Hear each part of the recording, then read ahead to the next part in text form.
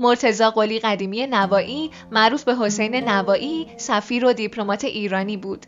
وی در دانشگاه تهران در رشته علوم سیاسی تحصیل کرد. نوایی از سال 1949 تا 1951 به عنوان سفیر ایران در بلگراد منصوب شد. وی پیشتر در سال 1941 تا 1945 به عنوان سفیر ایران در سوئیس فعال بود.